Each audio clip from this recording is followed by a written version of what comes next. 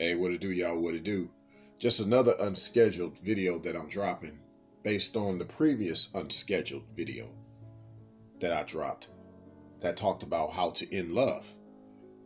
And I related how to end love to a heart attack. So in this case of how to damage love, we're going to equate that to a stroke because love doesn't necessarily end abruptly at times. It can sometimes have a slow and painful process. And that's no pun intended for anybody that's ever suffered a stroke. That's no pun intended at all.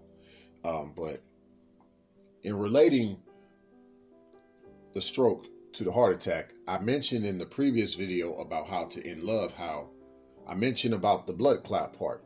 Of course, I used the Jamaican dialect with that per se, what the blood clot. But because sometimes the heart attack can occur if there was a blood clot that formed right at the epicenter of the heart.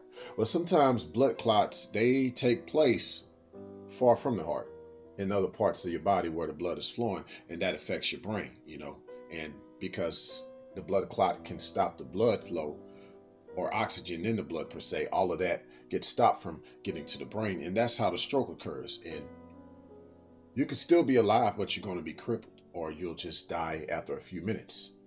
So there are two types of strokes.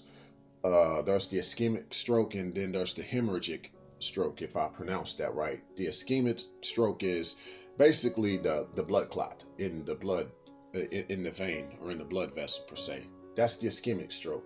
And that represents 85% of all strokes or blood blockage.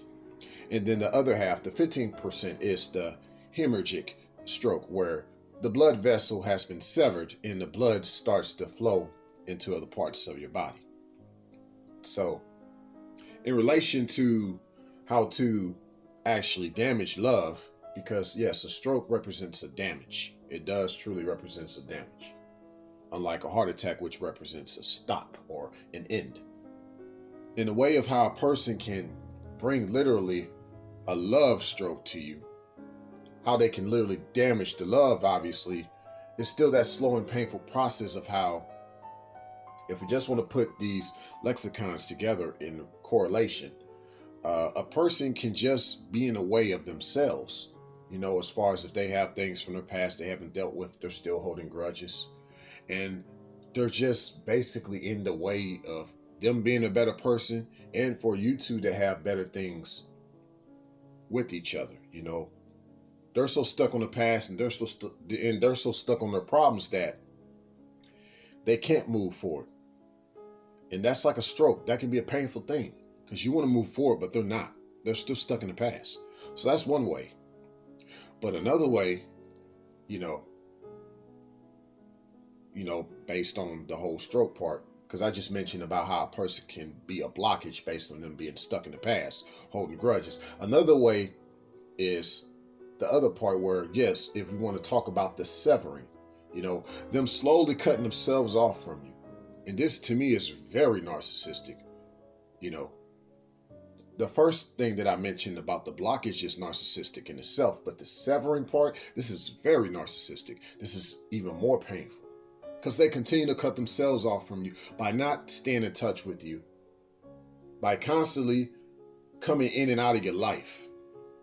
Because just like a stroke, strokes can come in and out of your life. If you survived one, you might end up having another one down the road, depending.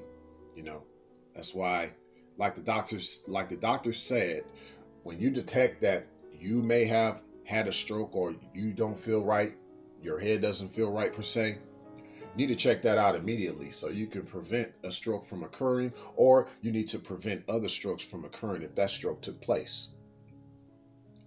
And notice it goes back to your mind. I mentioned about the whole third eye thing before, and I'm not trying to get too much into the spiritual tangent on this particular video, but just keep in mind how that person affects your mind. When you're trying to go to bed, you wake up with their bad spirit on your mind. Your whole day is all jacked up because they're just inundated inside of your mind. You can't function. It's a slow and painful thing. You become very stressed. You become very depressed. You become almost suicidal, especially if they have been like the epicenter of your world. They've been in your heart. They could literally cause that heart attack to take place. They could literally try to work their way towards ending the love, but instead they would rather make it a slow and painful process, a stroke type of process. But this is how you basically can damage love.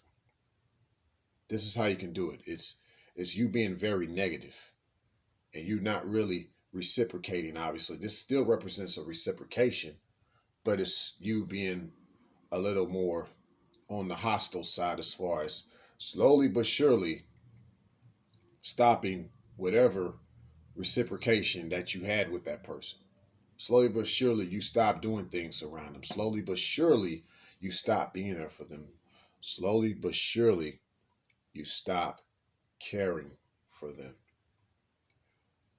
For the individual that recovers from this type of person, my heart goes out to you, and I pray that you continue down your road of therapy and you never run into a person like this ever again.